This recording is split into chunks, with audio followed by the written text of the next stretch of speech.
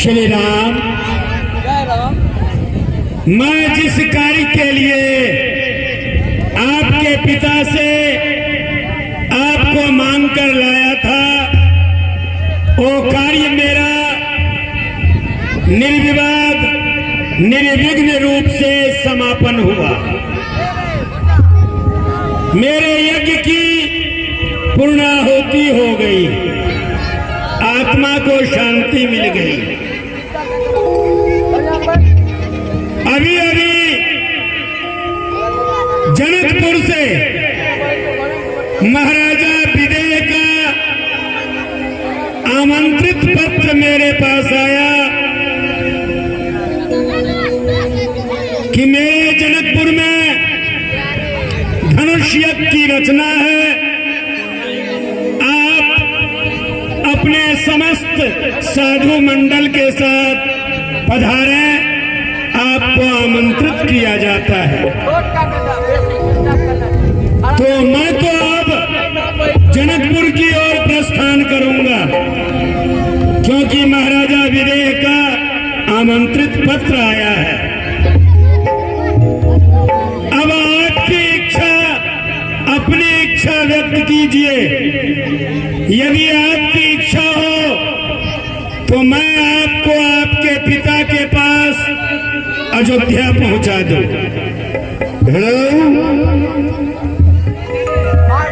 मिंटू भगत अध्यक्ष इच्छा हो तो मैं आपको अयोध्या छोड़ाऊं आपके पिता के पास। यदि आपकी इच्छा हो कि मैं भी जनकपुर धनुष यज्ञ की रचना देखने के लिए चलूं, जैसी आपकी इच्छा हो आप अपनी इच्छा प्रकट कीजिए, मैं वही कार्य करूंगा। धनुष जाके सुनी रघुकुल नाथा, हर्ष चले मुनिवर के साथ। गुरुदेव, आपने कहा कि जनकपुर में विदेह राज जनक ने धनुष यज्ञ की रचना की है और वहां पर देश विदेश के राजा सब आएंगे। गुरुदेव, मैंने सुना है कि जनकपुर की उपमा इंद्र के अमरावती से देते हैं। हे गुरुदेव, आप कृपा करके मुझे जनकपुर ले चलिए, क्योंकि मैं वहां का स्वयंवर अपने आंखों से देखना चाहता हूँ। मुझे जनकपुर ले चलिए गुरुदेव। इच्छा तो हमारी भी थी कि आप मेरे साथ जनकपुर चलें, लेकिन आपने अपनी इच्छा व्यक्त की, तो अब इसमें विलंब न कीजिए और मेरे साथ चलने के लिए तैयार हो जाए। चलिए। मिथिला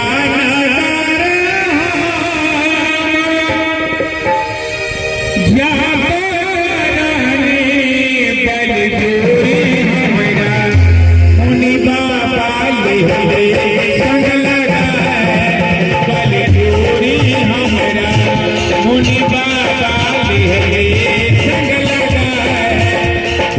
जोड़ी हमारा मिथिला नगर क्या पर जोड़ी हमारा मुनि बाबा संग लगा पर जोड़ी हमारा मुनि बाबा संग लगा पर जोड़ी हमारा आश्रम ये मत माही रघुवीर जग जग कहनाही पूछा मुनि शिला प्रभु देवी सकल कथा मुनि ग्रामाभिषेक।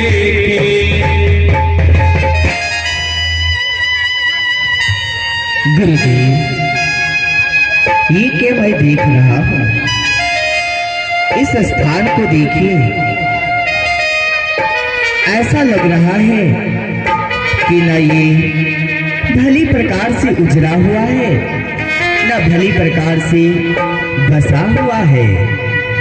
और इस पत्थर की शिला से एक ही आवाज आ रहा है कि राम मुझे बचा लो, राम मुझे बचा लो। और ये तुलसी की पौधा अभी भी हरा भरा है। कैसे आश्रम है प्रभु? खग मृग कछु न लखाए, के ही कारण यह शिला पड़ी। मुनिवर देहु बताए, पढ़ते पक्षी वेद यहाँ कोई सजर भी आते नजर नहीं। हे गुरुदेव, इस आश्रम का क्या रहस्य है? आप मुझे कहकर बताइए। श्री राम, ये जो मनुष्य आकार आप पत्थर की शिला देख रहे हैं, ये पत्थर की शिला नहीं, ये ऋषि गौतम की पत्नी अहिल्या है, जो अपने पति के श्राप बस यहां पर पाषाण होकर पड़ी है। इसकी कथा तो बहुत बड़ी है, वैसे नहीं सुनाऊंगा। आइए मेरे साथ, हम उस पहाड़ की शिखर पे बैठते हैं और वहां पर सारा वृतांत आपको सुनाते हैं। महाकाल युवा ग्रुप अपने समस्त देव के साथ देव सभा में बैठे थे। अचानक उनके मन में काम भावना जागृत हो उठी और वो समस्त देवताओं से पूछने लगे,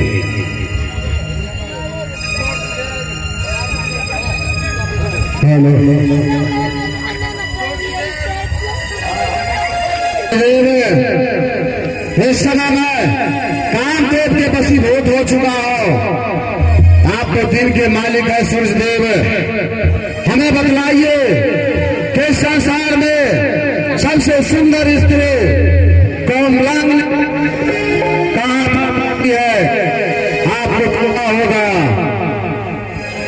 हे महाराज, हमारे तेज के सामने कोई भी कोमलांगनी स्त्री ठहर नहीं पाती, इसलिए मैं नहीं बता सकता कि इस संसार में सबसे सुंदर स्त्री कौन है।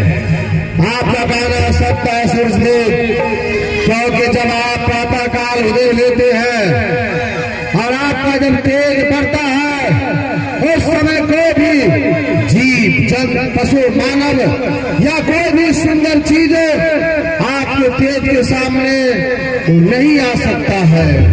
आपका कहना सत्य है। आप नहीं बात बता सकते सूरजदेव, आसन पर जाकर के बैठ जाइए।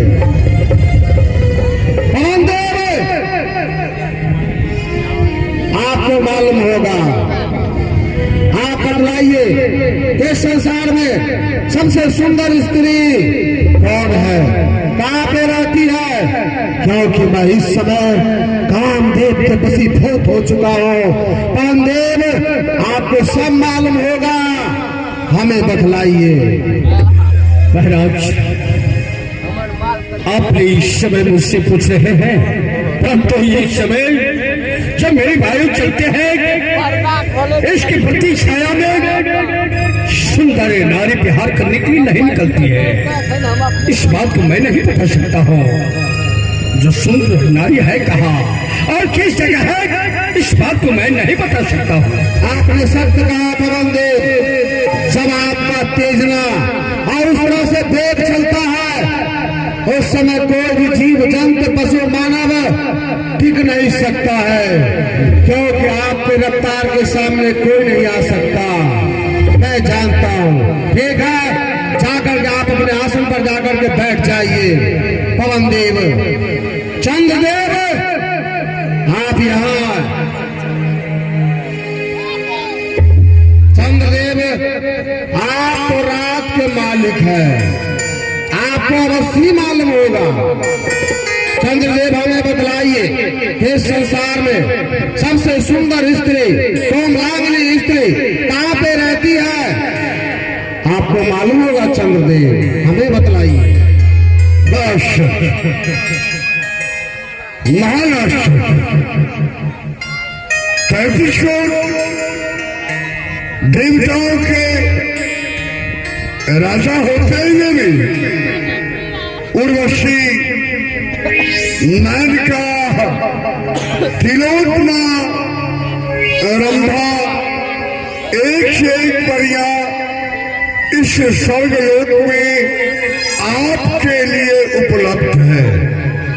परंतु आज न जाने कि आपको देवराज क्या हो गया, और आप काम के वशीभूत होकर के अपने आप को नहीं पहचानते कि हम क्या हैं, और आपने प्रश्न कर रहे हैं कि कहिए सबसे सुंदर नारी कहाँ है, किस दशा में है, किस ओर में है।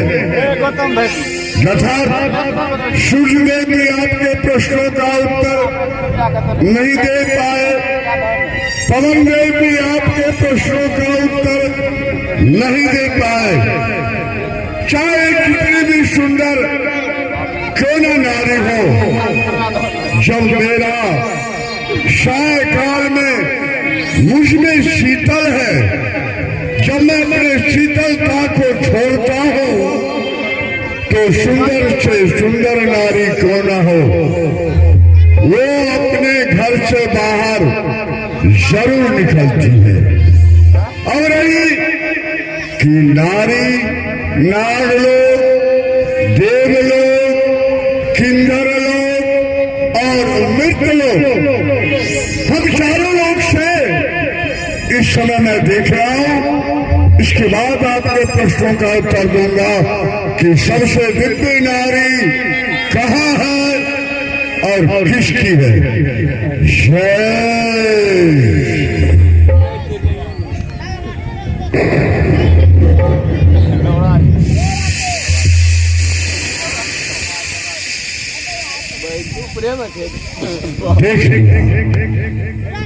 देवराज, मेरी दृष्टि कहीं न जाकर के मृतलोक के ऊपर भी मेरी दृष्टि गई। मृतलोक में देख रहा हूं एक नारी जो है, शायद ब्रह्मा ने अपने कलम से दूसरी नारी का निर्माण नहीं किया। देवराज, वो मृत भुवन में वर्तमान में ऋषि गौतम है। ऋषि गौतम की नारी ब्रह्मा की कन्या, नाम है अहिल्या, जो ऋषि गौतम की नारी है। मैं देख रहा हूं अहिल्या के समान सुंदर पूरा पश्चिम, उत्तर और दक्षिण दिशा के चारों तरफ में अहिल्या के समान देवराज नारी में सुंदर कोई नहीं है। देव कन्या भी अहिल्या के सामने में तुच्छ है। हमने आपको ये सारे दृश्य दिखा दिया। अब आपकी समझ जाओ, उसी अनुसार कार्य किया जाएगा।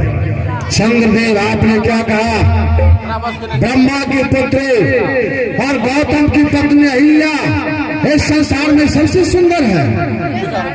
हाँ, हम 33 करोड़ देवताओं के राजा और ब्रह्मा बगैर हमसे पूछे हुए अपने पुत्री का विवाह मृतलोक एक जोगी फकीर के साथ किया।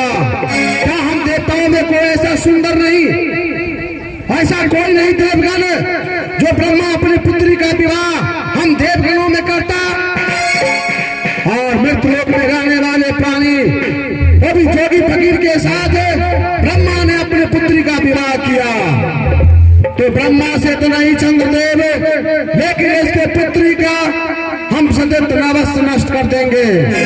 इसी क्षण आप चंद्रदेव हमें मृतलोक लेकर के चले, वहां पर गौतम ऋषि का निवास है, क्योंकि वह इस समय हमें कुछ नहीं दिखाई देता। कामदेव के वशीभूत हो चुका हो, सब पिछड़ाते हुए इस समय हमें ज्ञान ध्यान लुप्त हो चुका है। कहने में और करने में आकाश जमीन का अंतर है देवराज से। आपने कह दिया मैं मृतलोक जाऊंगा, अहिल्या का सतत नष्ट कर दूंगा।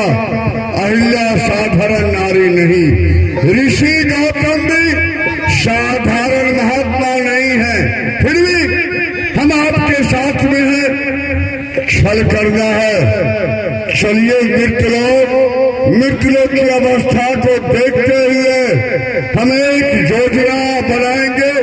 उस योजना के अनुसार आपको काम करना होगा, तभी जो है अहिल्या का सतत जो है आप नष्ट कर सकते हैं। ऐसा ही होगा। तो चंद्रदेव चले इसी सन मृतलोक लेकर आइए मेरे साथ चलिए। सृष्टि और वैष्णवी चंद्रमा के साथ पृथ्वी पर आते हैं और गौतम ऋषि के कुटिया के पास पहुंचकर वो योजना बनाते हैं जिससे वो कुटिया के अंदर उसको देखा था,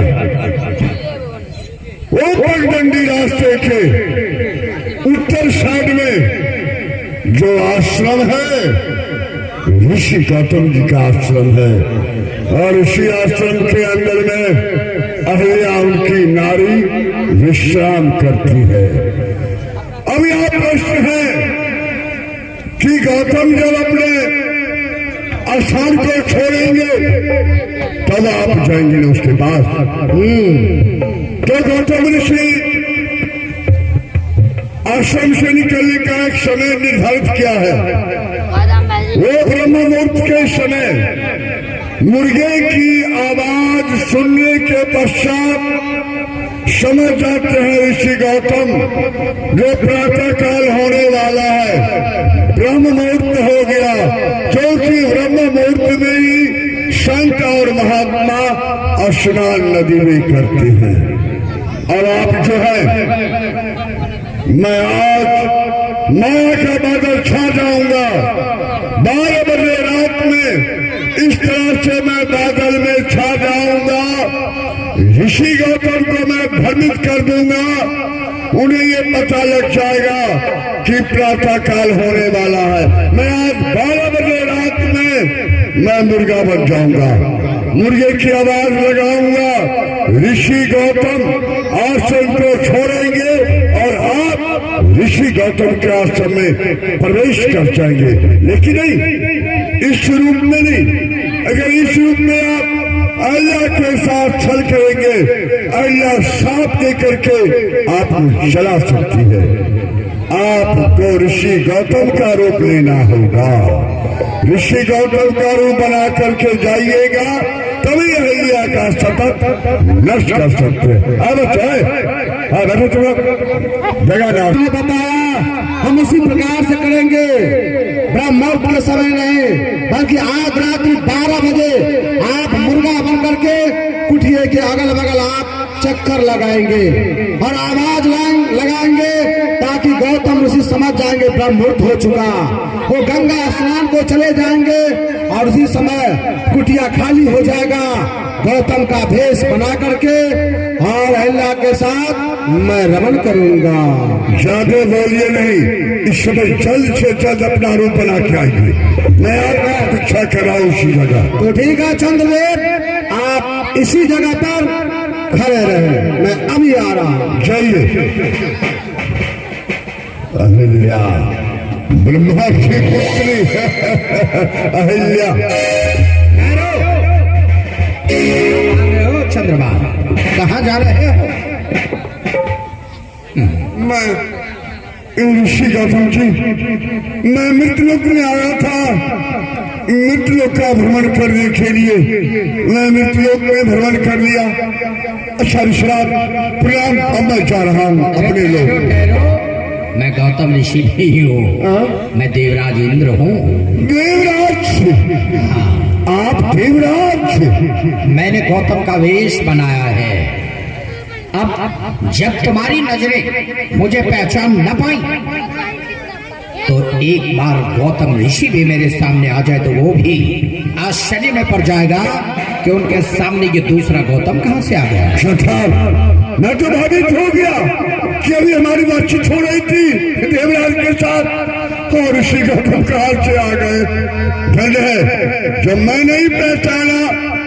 फिर मृतलोक के प्राणी में इतनी क्या शक्ति है और दिव्य ज्योति है जो आपको पहचान ले। आप सत्य ऋषि गौतम हैं। सुनो, कहा जाए समय नहीं, जी जी जी। तुम उधर झाड़ी में छिप जाओ ठीक। और मुर्गा बनकर आवाज लगाओ। ठीक। मुर्गे की बांग सुनकर गौतम ऋषि अपने आश्रम से बाहर निकलेगा और जो ही वो आश्रम से बाहर निकला मैं आश्रम में प्रवेश कर जाऊंगा। अच्छी बात। तुम उधर छिपो, मैं इधर छिपता हूँ। जाओ, आवाज लगाओ।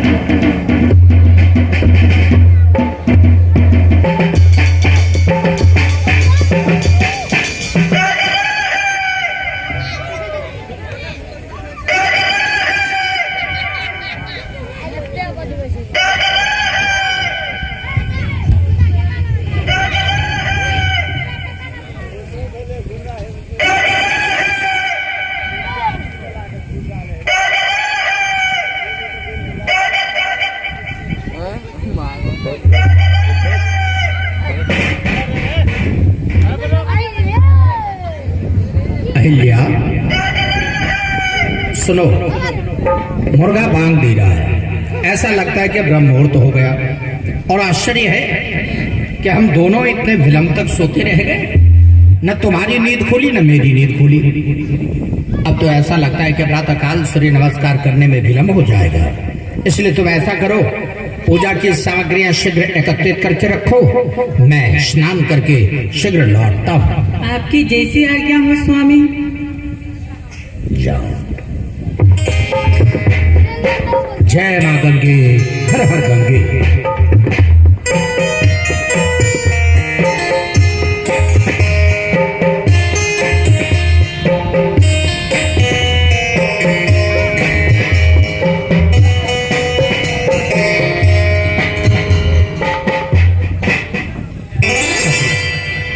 काम भर गया। धीरे बोलो, कोई सुन लेगा। नहीं। वो देखो, ऋषि गौतम आश्रम से बाहर निकल गए।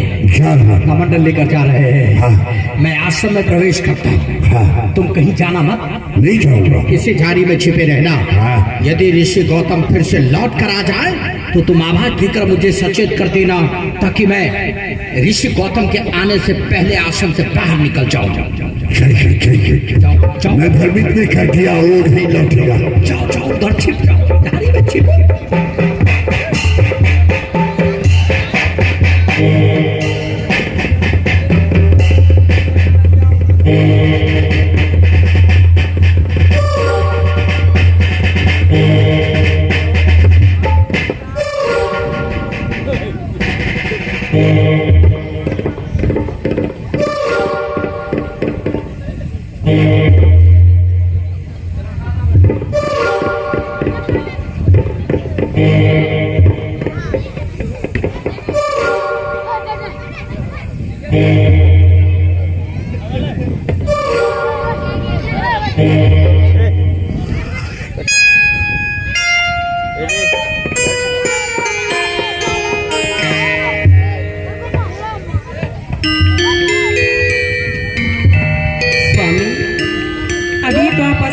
देखने के लिए गए थे। क्या बात है, स्नान करके आज जल्दी लौट कर आ गए। बाहर जाने के बाद पता चला कि इस समय रात्रि बहुत बाकी है, अभी तो आधी रात है। और शायद सपने में मैंने मुर्गे की आवाज सुनी और तुम्हें भी जगा दिया। स्वयं कमंडल लेकर निकल गया। अभी तो रात्रि का समय है, आओ हम शयन करें।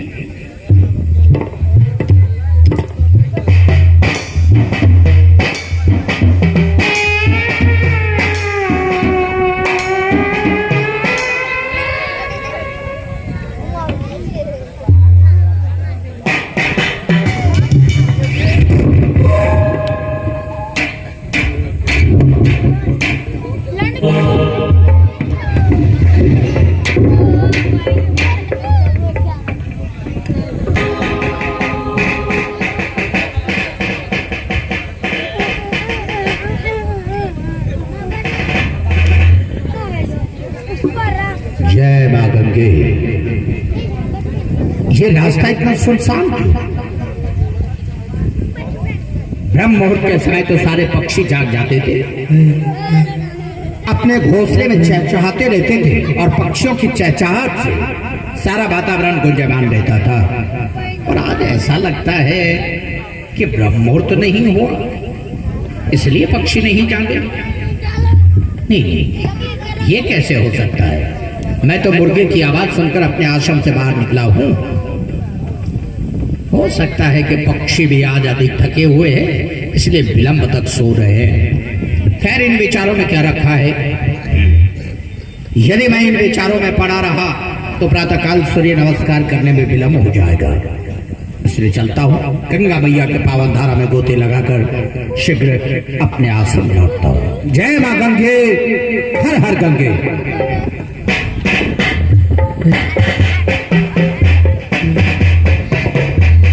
जय मां गंगे।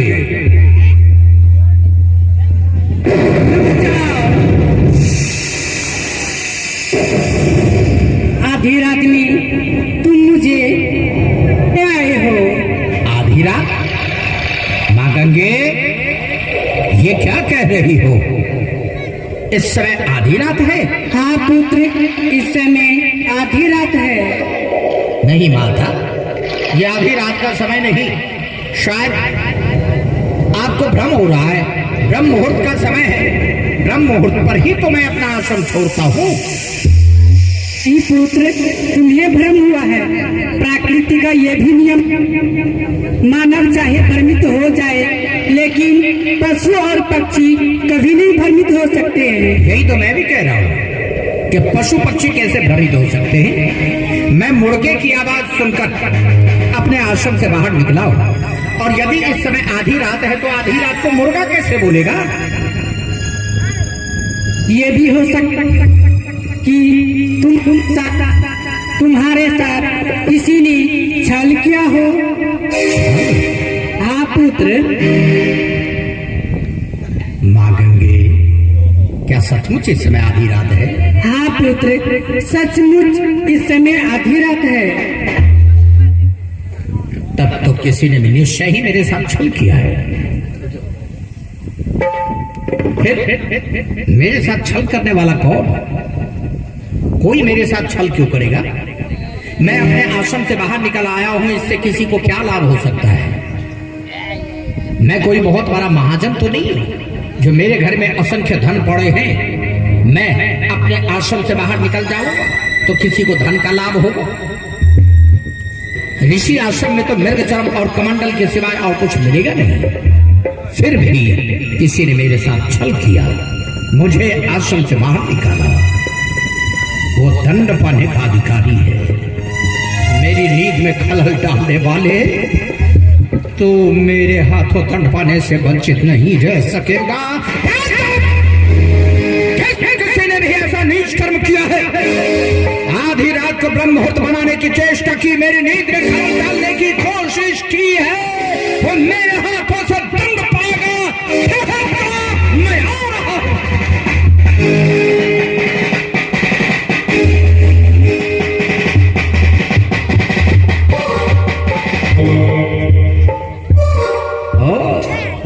तो ये चंद्रमा का काम है।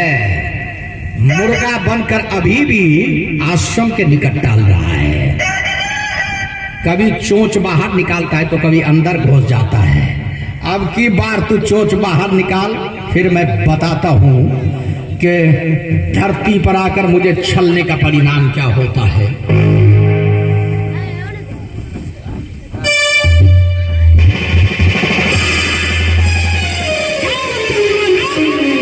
तुम्हारे शरीर पर मेरे मृग चर्म का निशान सदा के लिए स्याह बनकर दिखाई देगा। जब भी लोग तुम्हारी निर्मल रोशनी में तुझे निहारेंगे तो तुम्हारे शरीर पर मेरे मृग चर्म का निशान सदा स्याह के रूप में पाएंगे। ये काला धब्बा तुम्हारे शरीर से कभी नहीं मिटेगा चंद्रमा, कभी नहीं मिटेगा। द्वार पर पुत्र शतानंद सोया है। उन्हें अवश्य पता होगा कि आश्रम में क्या हुआ है। शतानंद को जगाना चाहिए। शतानंद, शतानंद। प्रणाम पिताजी। खुश रहो बेटे। बताओ आश्रम में क्या हुआ है, कौन आया है यहाँ? पिताजी हम तो सोए थे, हम कुछ नहीं देखे। घोड़ा बेचकर सो रहा था, द्वार पर सोया है। और आश्रम में कौन आया कौन नहीं तुझे पता नहीं है? नहीं पिताजी। झूठ मत बोलो, सत्य बताओ कि आश्रम में क्या हुआ। नहीं पिताजी, मुझे कुछ भी नहीं मालूम है। आखिरी बार पूछता हूँ, सच बता दे कि आश्रम में कौन आया है। पिताजी मैं सत्य कह रहा हूँ, मैं कुछ नहीं देखा हूँ। तो कुछ नहीं जानता या जान पूछ कर सच्चाई मुझे बताना नहीं चाहता है। वचन का दरिद्र हो गया। तुझसे पूछता हूँ तो एक ही वचन बार बार दोहराता, मैं कुछ नहीं जानता, मैं कुछ नहीं जानता। इसके अलावा तेरे मुंह से और कोई शब्द नहीं निकल रहा है। वचन का दरिद्र हो गया। मेरा पुत्र होकर तेरी बुद्धि कुंद हो गई है तो तू एक ही शब्द दरिद्र की भांति दोहरा रहा है। जैसे आज तू वचन से दरिद्र हो रहा है। मेरे प्रश्नों का उत्तर न देकर और मुझसे झूठ बोल रहा है, वचन का दरिद्र बनता है तो ये मेरा शाप है। तू सदा के लिए दरिद्र हो जा।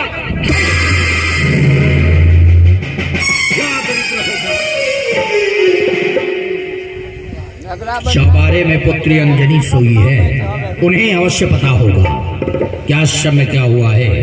अंजनी को बुलाना चाहिए। अंजनी, पुत्री अंजनी, अंजनी, पुत्री अंजनी, खुश रहो बेटी। बताओ आश्रम में क्या हुआ है, कौन आया है यहाँ? पिताजी मैं निद्रावस्था में थी, मैं कुछ नहीं जानती। लगता है सबकी मिली भगत है। सबने मिलजुल कर पाप को छिपाने का प्रयास किया है। आश्रम में है लेकिन कोई सच्चाई बताना नहीं चाहती। अंजनी, मैं तेरा पिता हूं, मुझसे झूठ मत बोलो। यदि किसी का भीषण अपराध भी होगा तो मैं उसे क्षमा कर दूंगा। सच्चाई बता दे। झूठ बोलोगी तो दंड पाओगी। बताओ आश्रम में क्या हुआ है, कौन आया है यहाँ? पिताजी मैं सो रही थी, मुझे कुछ पता नहीं है। तुझे कुछ पता नहीं है या जानबूझकर तू अपनी माता के कलंक पर पर्दा डालने की कोशिश कर रही है? अपनी माता का कलंक छिपाना चाहती है, अपने पिता से झूठ बोल रही है। ले, जैसे आज तू अपनी माता का कलंक छिपा रही है, तेरा कलंक छिपाए नहीं छिपेगा। तू कुंवारी अवस्था में मां बनेगी और तेरा पुत्र भी पशु होगा। ये मेरा शाप है।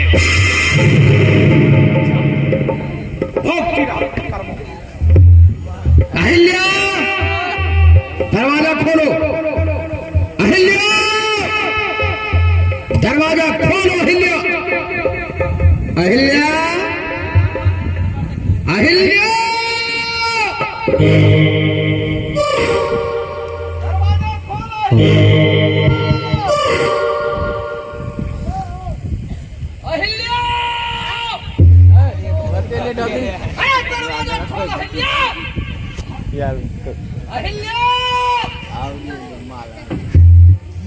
मैं क्या सुन रही हूँ, एक पति मेरे पास है और दूसरा आवाज दे रहा है।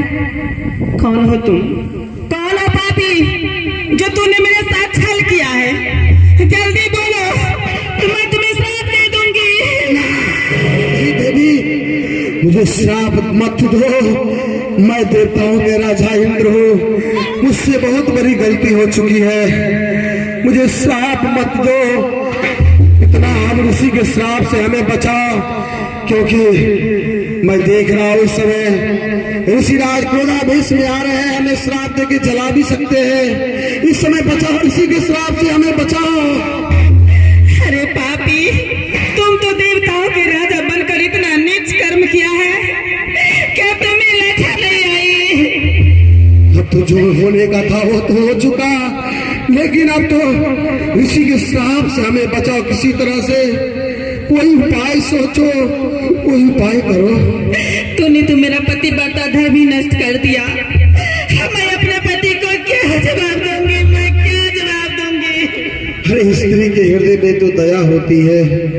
अरे मुझ पर कृपा करो, मैं 33 करोड़ देवताओं का राजा इंद्र और मुझसे बड़ी गलती हो गई है, हमारे ऊपर दया करो, कोई उपाय करो। कहाँ छुपाओ और कहाँ भगाओ इस समय तुम्हें? इस कोने में चले जाओ और चटाई के नीचे छिप जाना। ठीक है। अब मैं अपने पति को क्या जवाब दूंगी?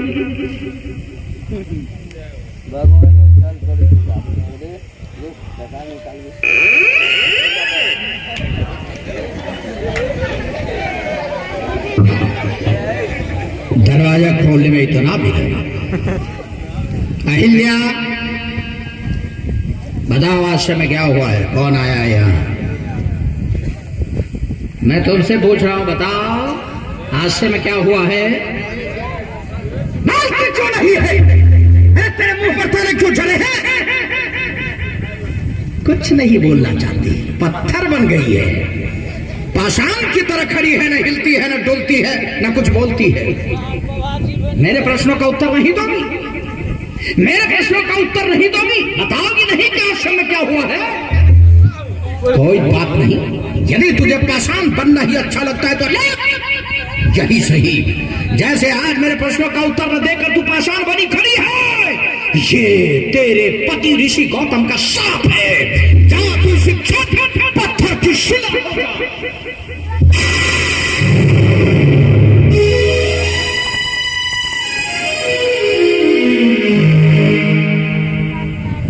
जा बनी रह शिला और भोगती रह अपने कर्मों का फल, ऐसे ही शिला पड़ी रह।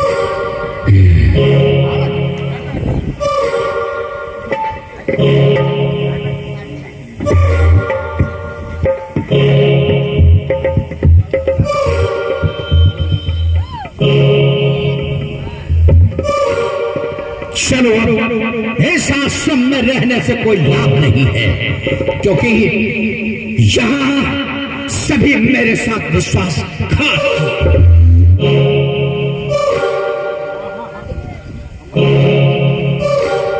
अरे ये चटाई क्यों हिली? तो लगता है चोर अभी तक घर में ही है, निकल नहीं पाया। मैं आश्रम छोड़कर जा रहा था और चोर तो अब तक घर में ही है। कौन है चटाई के नीचे? बाहर निकलो। मैंने तुम्हें देख लिया है, निकल बाहर। निकलो बाहर, निकलो। क्यों चटाई हिला रहा है? निकलो ना बाहर। नहीं निकलेगा? तू निकलता है कि मैं तुझे जलाकर राख कर दूं? नहीं नहीं, हमें जलाकर राख मत कीजिए। मैं 33 करोड़ देवताओं का राजा इंद्र हूँ, मुझसे बहुत बड़ी गलती हो गई है। देवराज इंद्र, तो ये तुम्हारी करतूत है? तूने ऐसा नीच कर्म किया? मैं तो कल्पना भी नहीं कर सकता था कि देवताओं का राजा ऐसा नीच कर्म करने धरती पर आएगा, परंतु तुमने मेरी कल्पना से परे देवलोक की मर्यादा को धूल में मिलाकर ये नीच कर्म करने आ गए, तो दंड तो तुम्हें मिलेगा। दंड तो तुम्हें मिलना ही है, क्योंकि तेरे जैसा स्वर्ग का राजा ऐसा नीच कर्म करे तो उसे दंड मिलना चाहिए। देवराजेंद्र, तुमने जो कर्म किया है उसके बदले तुझे ऐसा दंड दूंगा कि आज के बाद ये काम करने से पहले तुम्हारी आत्मा 1000 बार सोचेगी कि ये नीच कर्म करूं या ना करूं। तेरे जैसे नीच को क्षमा नहीं, दंड दूंगा।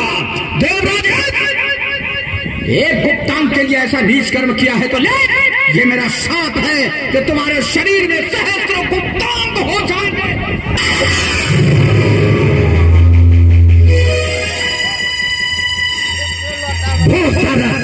जा, अपने कर्मों का दंड भोग।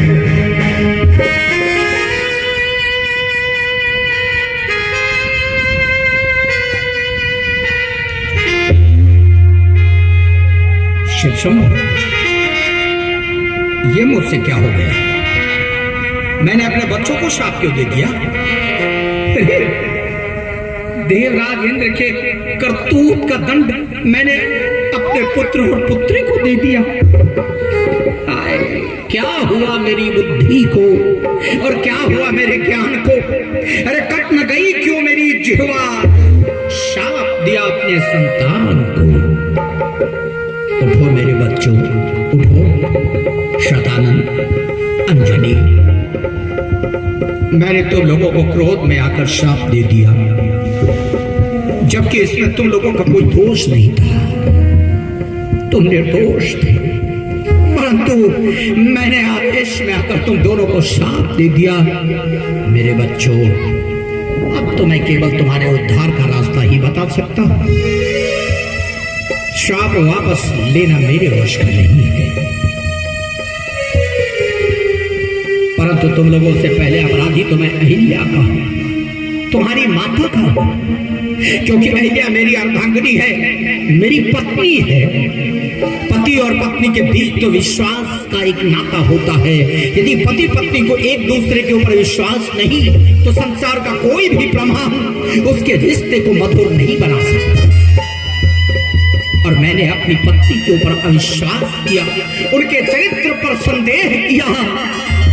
अहिल्या, हो सके तो मुझे क्षमा कर देना, क्योंकि आवेश में मैंने आकर तुम्हें शाप दिया है।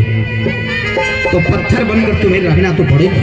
तेरे उद्धार का रास्ता बता देता हूँ। त्रेता के तृतीय चरण तक तुम्हें इसी आश्रम में पत्थर बनकर रहना पड़ेगा। त्रेता के तृतीय चरण में रामावतार होगा। महामुनि विश्वामित्र के साथ राम जब मिथिला जा रहे होंगे, उस समय वो इस आश्रम पर आएंगे और जन जन के कल्याण के लिए अपना जीवन समर्पित करने वाले श्री राम अपने चरण की धूलि तुम्हारे मस्तक से लगाएंगे, तो तुम्हारा उद्धार हो जाएगा। तुम निज स्वरूप को प्राप्त कर पति लोक को आओगे। त्रेता की प्रतीक्षा करो अहिल्या, त्रेता की प्रतीक्षा करो। पुत्र शतानंद, मैंने तुम्हें शाप दिया कि जाओ तुम दरिद्र हो जाओ। जा बेटे, क्या करोगे? शाप दे दिया तो दरिद्र तो तुम्हें बनना ही पड़ेगा, परंतु मैं तुम्हें आशीर्वाद देता हूं कि इसी दरिद्रता के कारण तुम्हें वो मान प्राप्त होगा जो आज तक धरती पर किसी को प्राप्त नहीं हुआ, क्योंकि तुम्हारे ही मंत्रोच्चार से भगवान का विवाह संपन्न होगा, राम का विवाह संपन्न होगा, और उस विवाह में जो दक्षिणा मिलेगी उसी से तुम्हारी दरिद्रता दूर हो जाएगी। जा पुत्र, राजा जनक के राज पुरोहित बनकर मिथिला में निवास करो।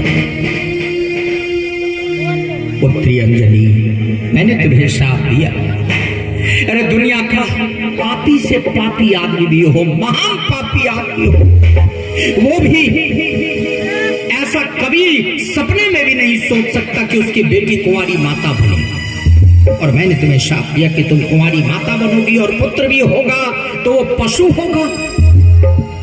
जा बेटी, अब जो कह दिया उसका फल तो तुम्हें भोगना ही पड़ेगा।